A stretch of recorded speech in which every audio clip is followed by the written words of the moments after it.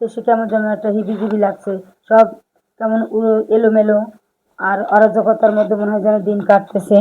কারণ এখন একে একে সব তথ্য ফাঁস হয়ে আসছে একমাত্র ওসমান হাদি মরার পর থেকে। আর এরপর দেখো সব মানুষ কিরকম করে তার দেশের কথা নানাভাবে বলছে। এই যেমন রুমিন ফারহানাকে এভাবে করা হলো, বাদ দেওয়া হলো।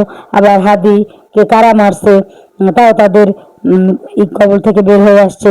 আবার বলা হচ্ছে যে তারা কিভাবে দেশকে এভাবে এগিয়ে নিয়ে যাবে।